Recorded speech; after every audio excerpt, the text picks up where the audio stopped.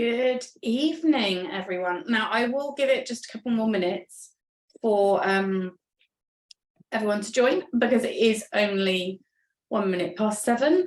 But if you could pop a note in the comments to let me know you can hear me, that would be amazing because I've had a couple of technical issues. I've got the Facebook Live open and the Zoom open. So, yeah, if you could put a comment in, that would be amazing. Sorry, we've been having internet issues, which is just what you want when you're trying to do a live video. So, and now it's not, there we go. Let's open that up. Perfect. Lovely. Thank you, Maynette. That's brilliant. Okay. So let's just give it a couple more minutes. And if you're watching live, please do make a comment on either the Zoom or the Facebook Live, and I will come back to you for any questions, etc. But if you pop them in there, then I will answer them as and when I see them pop up. Right. Oh, excuse me.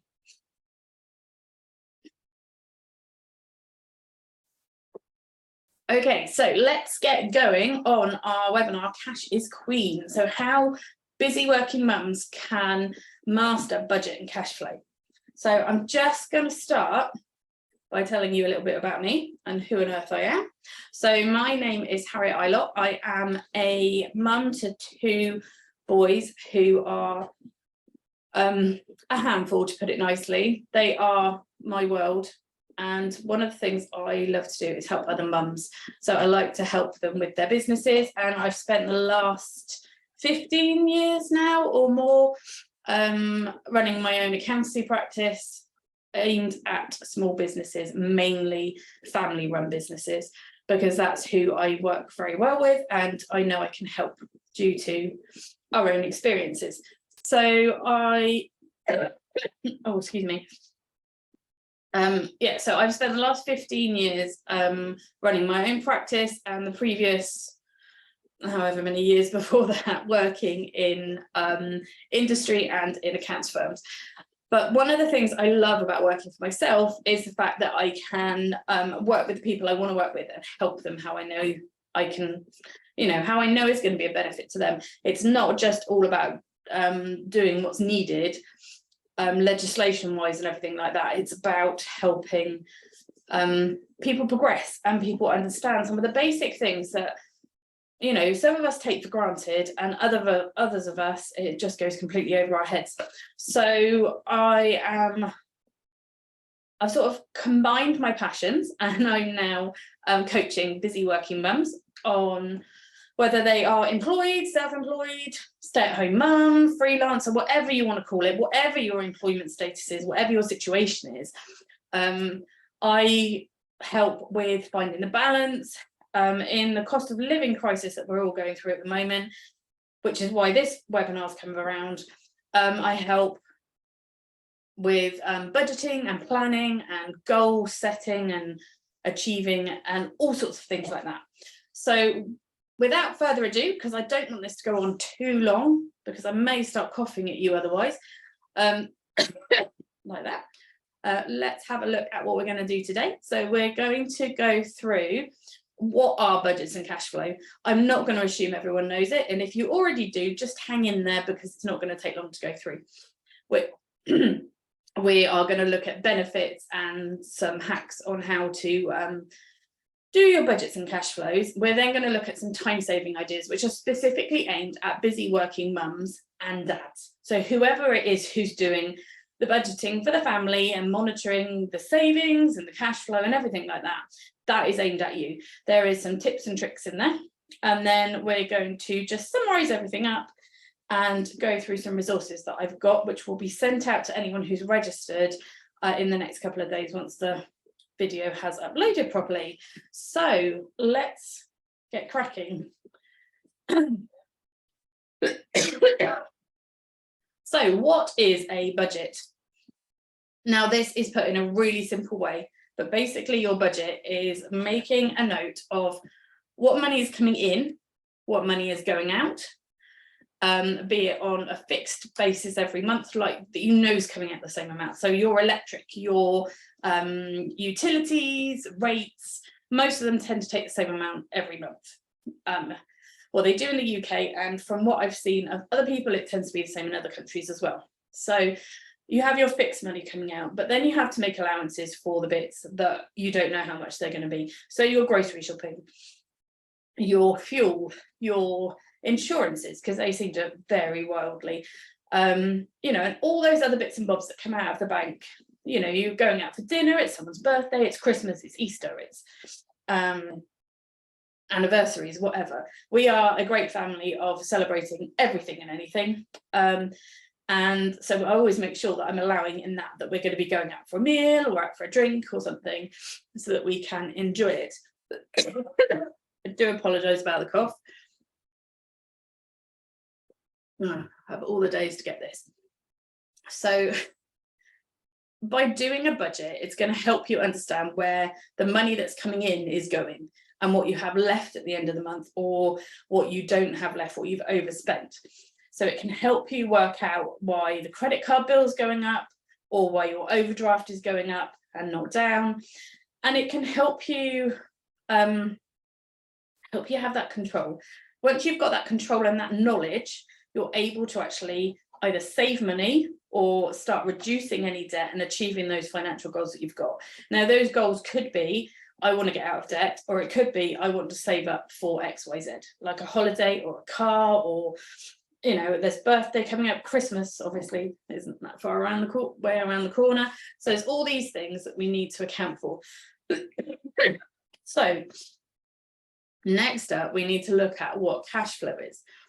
So cash flow is even simpler, really. It's a period of time, let's say a month, and we're going to look at the opening balance and the closing balance, and we're going to see if what happened in between, as in what came in and out, is actually what we expected. Or are there any bits there that we weren't expecting? Are there any bits that have surprised us? Have we had an expense that we weren't expecting? You know, has the car gone wrong? Has something in the house gone wrong and needed to be fixed?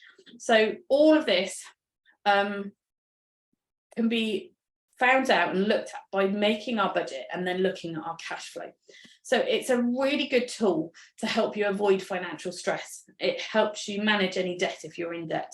And it also helps you plan for the future. Now, in the UK, I'm not sure about the rest of the world, but I know in the UK at the moment, if you need to remortgage or renew your mortgage or anything like that, it's really difficult at the moment. So having control of your bank balance and your budgets is going to be one of the best things you can do to know, one, your affordability, can you afford the new rates, and two, make sure you actually know what's happening with your money and where it's coming and going.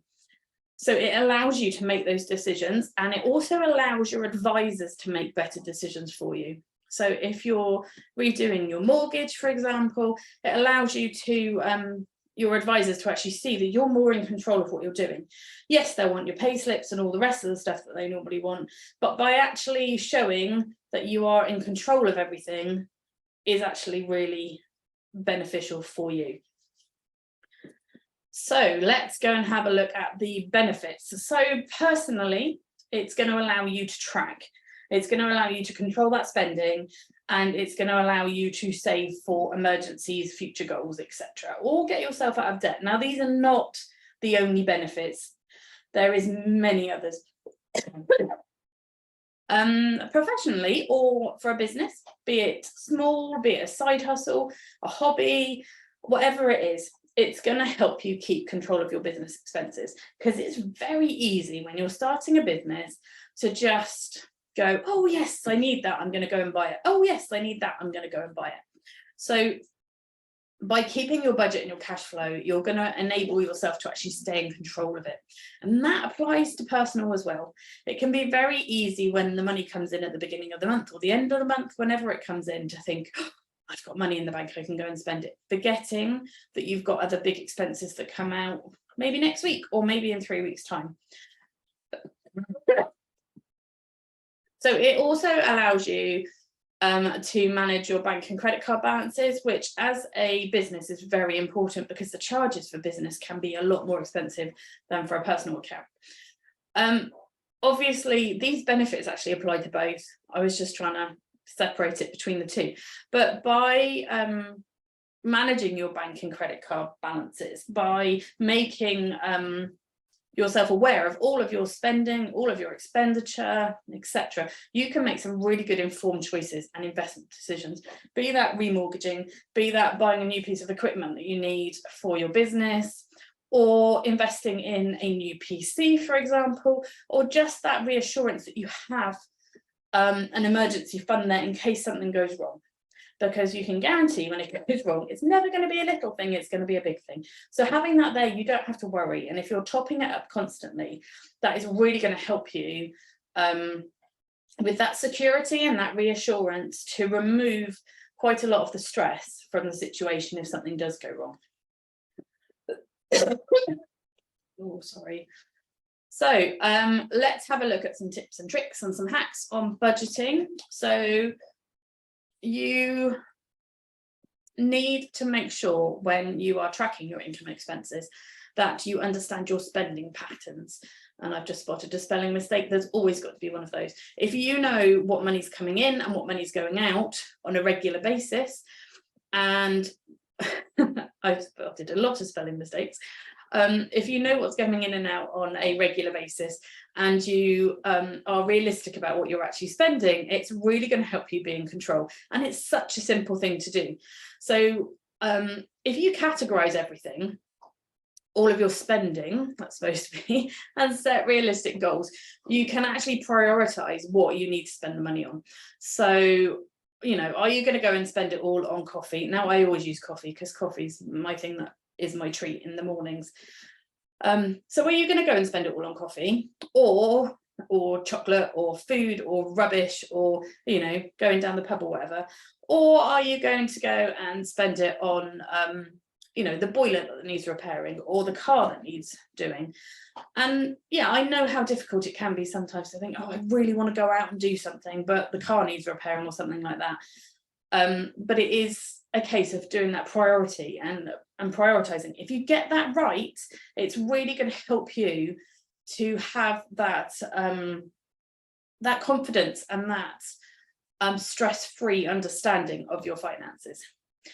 The other trick that I think is incredibly important is your budget is not fixed. Once you've made it, that's not set in stone. Something's going to crop up that you don't know about. Prices change from suppliers that you can't do anything about it. So you really do need to make sure that you're reviewing your budget regularly. I'm sorry, I'm spotting the spelling mistakes. This is what I get for trying to do this when with a poorly family, which is what we've got at the moment.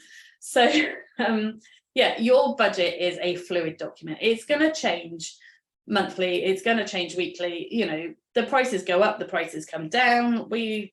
I've just finalised all our budget for the next 6 months, and then I had an email through from our electricity supplier. It's actually gone down. I'm amazed. So I've left that in there at the higher rate. So there's always changes. So just keep updating it as you need to and make sure that it actually aligns with what's actually going on. And you might find you've missed like a major expense or something. So just pop it in, work it all through, and it will be fine. But keeping an eye on it and adjusting it is going to help you keep that control. So some more tools and techniques that you can use are use your online bank apps. Now, most of the apps nowadays, you can take photos of receipts and assign them to the transactions as they go. I mean, I get them pop up from my bank, or both of my banks actually, saying tap to add a receipt as soon as, you know, I've tapped the phone almost. So photograph those receipts, make sure that you are actually tracking it. And make sure you're allocating it to categories. Now, these banking apps are so clever. They learn. They use AI to learn as they're going along. So if you're spending money in a certain supermarket all the time, they're going to know that that is groceries, or they're going to know if you use the same petrol stations all the time, even if it's 3 or 4, they're going to know it's motor expenses. So use that app that you've got there You know, you don't need to go and pay for a new app. You can just use what you've actually got. Now, I've popped down for the second point to use spreadsheets to budget, but have a look in your banking app, because you might find there's budgeting bits in there for you to use. They have a lot of tools available. And if you're a small business, they will also have a lot of additional tools, depending on your bank and depending on, you know, your fees and everything that you're paying. But if all else fails, just use a spreadsheet. You know, go on to, if you haven't got access to a spreadsheet or anything, go and create a free Google account, use Google Sheets, and just set up a very simple spreadsheet showing your ins and your outs and everything. It doesn't need to be complicated. Just keep it up to date and keep reviewing it. And just review any over expenditure from your budget against your actuals. So do that each time, and you'll find that very soon it will become a habit, and you will just be checking it weekly, monthly, however often you need to. Another really useful tool to do is to keep a visual chart of your savings goal. Now, you can do this however you want to, however works for you. But one of the really good things to do is just stick something up on the fridge with tick boxes. You know, every time you put £10 away or £1 away or £5, whatever it is that is your amount that you're comfortable putting away, when you do that, just put a tick in the box. Yes, I've put that away this time, and we're getting there. We're getting closer to our goal. If you're trying to save 100 quid for something, break it down into either £10 or £5, and every time you get there, tick off a thing. Have a jar and put marbles in it every time you do it. Just some form of visual representation, so you can see that your savings are growing, so that you can see that you're actually achieving your goal. That visual representation will actually give you the drive to keep going. It will give you the enthusiasm and the just that positive feedback to know that you are actually getting to where you want to be. Okay, so that is everything on what budgets and cash flows are. So now what we're going to do is we're going to move on to budgeting and cash flows for busy working mums. So let's have a drink and then we'll carry on.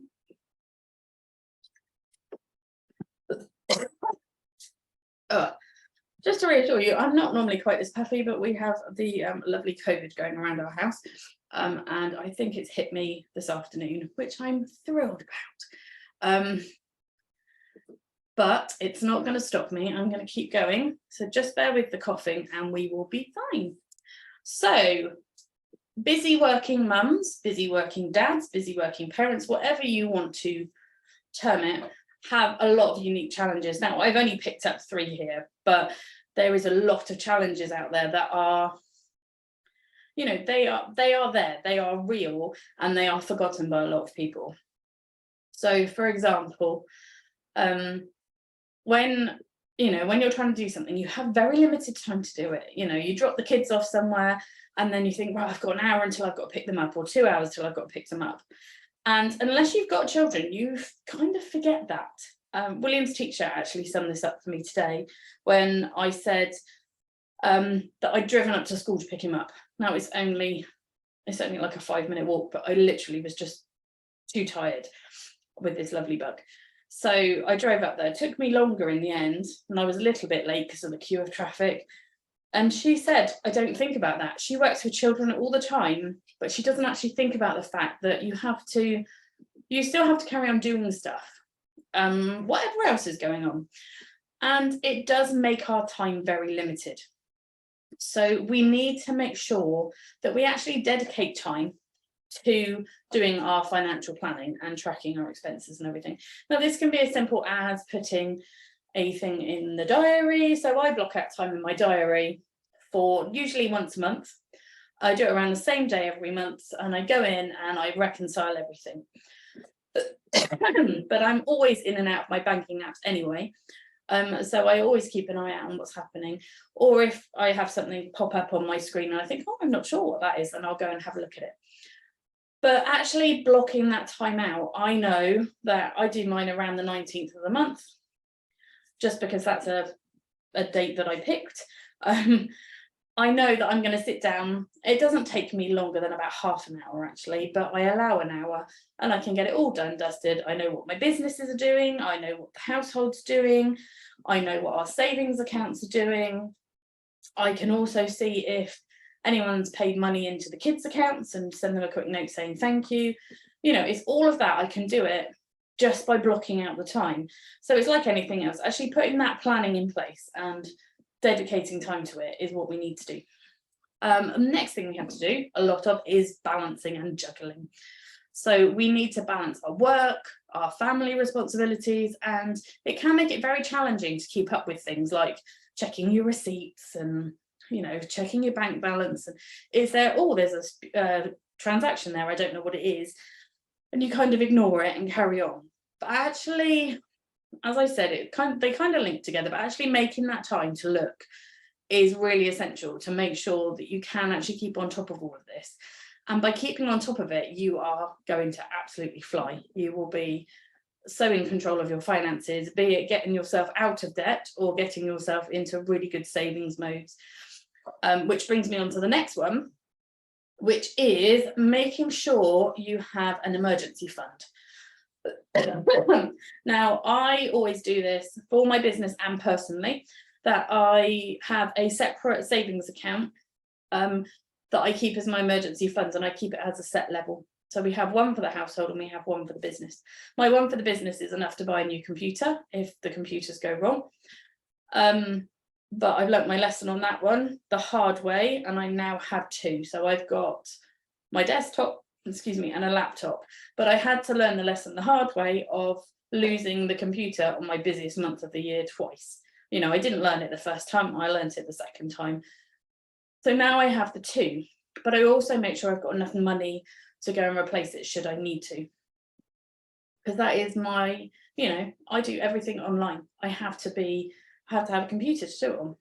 And for the household, we also have the same. It's about the same amount, I will admit. It's not huge, it's just enough. So if something does go wrong, we've got enough there to make sure that we can reduce the stress and we can have it done if we need to. And just to feel that little bit more comfortable, which is what this is all down to. Finance, money, budgets, cash flows, all of this, bank balances can cause so much stress in families, be it between husband and wife, partners, you know, kids and their parents. And you see it from all sides, and it's having that that respect there for your income and your expenditure, that control, that actually booking the time to look at it is going to help keep everything a lot smoother and going to lose a lot of the friction, so you can actually enjoy the time as a family rather than arguing about the fact that someone's gone out and spent 100 quid they shouldn't have done, because you can be in control. And it doesn't have to be just one person, so we need to make sure that we're using things to actually help us along the way. So one of the things we need to do is to automate wherever we can. So wherever you can, pay by direct debit or standing order. If it's a bill that changes quite a lot, I would always recommend direct debit, because then the company will just take the money that they need to every month, and they have to give you a minimum amount of time beforehand to let you know. Also automate your savings contributions. So make sure that you're putting some money away every month, be it into your savings account. If you're lucky enough to not have any debt to pay off, then, you know, consider putting some into a pension as well, but obviously take advice on that, and make sure you're consistent with everything. So if you're gonna automate some of the stuff, automate everything that you can, so you know exactly what's automated and exactly what you need to do separately. The other one we've already covered slightly, but it's using technology to help. So use those banking apps, use the automatic categories that they will set up, and actually use the information your bank will give you and your app will give you to make sure that you're actually in control of everything. You're comparing your budget to what actually came out of the bank, and that you are actually in a position to afford, you know, that new, whatever it is you need to go and buy. And And as we've just covered, make sure you're budgeting your time as well. So book time in to do a monthly review or a weekly review, however often you need to do it. I would suggest doing it around your pay date. So either just before or just after you've been paid, probably just before is best. And then if you've got some additional funds left for whatever reason, you can pop it over into your savings account. And make sure you keep that budget up to date and adjusted as you go. And that is really important to remember. It is a fluid document. It doesn't need to stay the same, even if it's on pen and paper. You know, you can update it as you go. Do a budget for every month, or whatever works for you, to make sure that you are actually keeping on top of it and including everything you need to include and allowing for those unexpected expenses. So, a busy schedule versus cash flow. So what can you do when you are super busy to make sure that your cash flow stays healthy? So as we've said, create that emergency fund. If you are running a business as well, make sure you create one for your household and create one for your business as soon as you can. Now, I know there's other things that get in the way, and if you're just setting up your business, that can be really difficult, but just make sure that you are putting money into it or keeping it at a consistent level. So you know you've got enough there to replace things to either keep your home running or keep your business running. It will take a while to get there, and don't worry, even if you could only put in £1 sometimes, or, you know, just say, I'm not going to have that cup of coffee or that beer, I'm going to put that money in the savings account. Every penny, you know, cent, dollar, dime, whatever you want to call it, whatever country you're in, every little amount will add up and become bigger amounts. One of my favourite sayings my nan always used to tell me was, look after the pennies and the pounds will look after themselves. I've always been told whenever I say that, oh, you're thinking too small. But you've only got to pick up a few pennies, you know, a few 10p's, a 50p here and there, and soon enough you've got £1 without even trying. So it really is important to remember small amounts count, and they can add up very quickly, especially if you're doing it consistently on a regular basis. Make sure you prioritise and plan your expenses. You have all of your regular expenses that come out, your fixed ones that we were talking about. You know, your groceries, my groceries have more than doubled on the last time I went shopping, and I go to a different supermarket now than I used to try and keep my costs down. Everything has gone up. We can't help that. So we need to make sure that we are allowing for the fact that costs have gone up. Also allow for your childcare costs. So George's childcare costs always shock Andy. Whenever the invoice comes through, I don't think he really looks at it, but when I do mention how much it is, he's like, how much? It's like, well, yes, because he's there quite a lot. You know, so things like that you do need to allow for. And if your nursery, childcare provider, whoever it is, say the fees are going up, then just let them, you know, they will give you a lot of notice normally, or in my experience, they do. So just make sure that you allow for that in your, in your budget. And also, if you change the hours for whatever reason, for work or for reducing or increasing, make sure you include that as well. And I would suggest, if you are reducing the hours for whatever reason, then put that money away. And in the UK, we have some free hours that the kids get when they get to certain ages. I think it's 2 it kicks in from, I can't remember off the top of my head. So when that comes along, start using that for savings. You know, keep paying out the amount you would have been paying out and use it for savings, and that will add up very quickly. So whatever incentive you've got like that in your country to get mums back to work or parents back to work, then use it to your advantage, really. And the last thing is to share the workload. So delegate those financial tasks. If you find you are the one person in the house doing everything, like checking all of the credit card and bank statements, sitting there surrounded by a sea of receipts. I've been there, done that. I do it for my clients all the time. I actually love doing that. I find it very relaxing. I sit there in the evening on the rug in the lounge with them all surrounded by me, ticking them off. For me, it's therapeutic. For most people, it's very stressful, and I do understand that completely. You can't find the transaction, or you can't work out what card it's come off of if you're anything like most people and have loads of different cards. So share it around, make it a fun thing. If you're planning time in your diary to do this, then plan time for the two of you. You know, sit and have a nice meal and go through it together. Go through your budget together. You know, think about different ideas together about how you can reduce some costs or put some more savings away, or, you know, what we're going to use as our goal for our next savings. So there's all these different things that you can do to make it more fun and get others involved, because the more of the family that are involved, the more likely you are to be able to keep on track with everything. So that is the end of the webinar. But for everyone who's registered on the Zoom link, you will get a free download, which is this one here. I don't know if you can see my arrow, the Sensational Budgeting Workbook for Busy Mums. That is has not been launched yet. It's being launched very shortly. So you are going to get first access to that, along with some additional pages just for the kids to help them get into savings mode from whatever age you want to do it. I use these with William and George. So for those of you who don't know, George is coming up to, William is 6.5. And they can actually, you know, just keep track of what they're saving.